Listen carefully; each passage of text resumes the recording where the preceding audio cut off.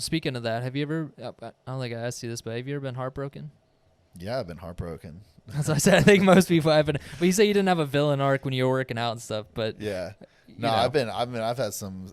I've had like a super serious heartbreak. Yeah, it was.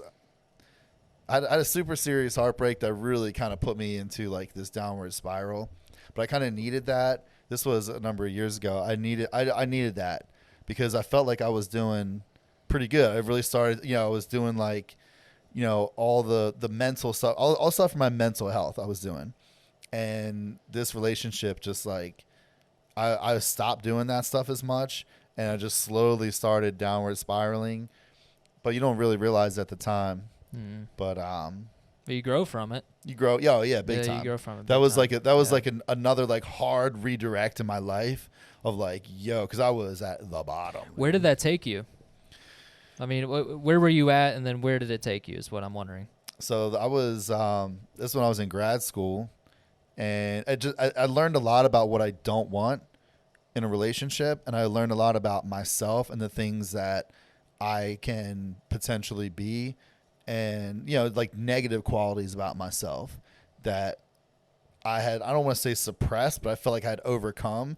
And I realized that like you're never going to overcome this. You have to constantly work towards this forever, just like exercising. If you get super strong and then you stop working out, you're going to get weak. You don't just stay super strong. Yeah. So if you work on these, these negative sides and these shortcomings that you have in your own personality, and you get to a point where you feel like you're smooth sailing, and then you stop, every single day you're getting a little tiny bit worse, but you don't notice it until it's way down the road. You're like, oh, fuck, I'm way not where I want to be. So that was really kind of eye-opening to me on the things that I need to do regularly to, keep my mental health in order.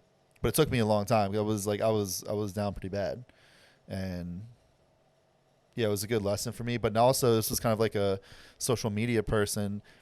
And now all these years later where I do professional social media, I know what it's like. Because, dude, it's hard, when you're like dating somebody and you're in social media, like obviously I make videos with like attractive girls. Like, Right. I'm in that world every single day. Right. Yeah. So, there's a lot of attractive girls that I interact with. So I understand how that can bring stress to a relationship. And I never want to make someone feel the way that I felt back then. It was like, so I'm just like, Right. listen, whatever it is, I don't give a shit, dude. You want I don't really believe in privacy.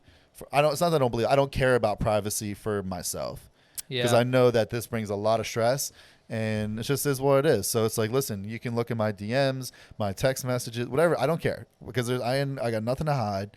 So whatever makes you feel better, do that, because I don't want you to feel the way that I felt before when it was like, it's her being like protective of her phone, like all that kind of stuff. And it was like, I just knew, like, I think the worst thing that you can do to somebody is make them not trust their own intuition. Yeah. And that's what happened. Yeah. And I was just like, I did not trust my intuition. I learned to not trust my intuition. My intuition was so strong of like, yo, something sketchy is going on here. And I just, Usually when you feel that, it's right. You're always Your right, intuition dude. is always right. Always For some right. reason, though, it seems like women have a better intuition. Like, when it comes to being a man, we're just like so blinded because if we have our mind set on something, we're just so hyper focused on that. And like obviously we prioritize the other things in life that matter, but it's like you're so hyper focused, you're not really thinking about all this other shit. Like I think back on my life and I'm like, oh my God, you're so dumb for how did you not see those red flags? Yeah, like, for what sure. are you doing? for sure.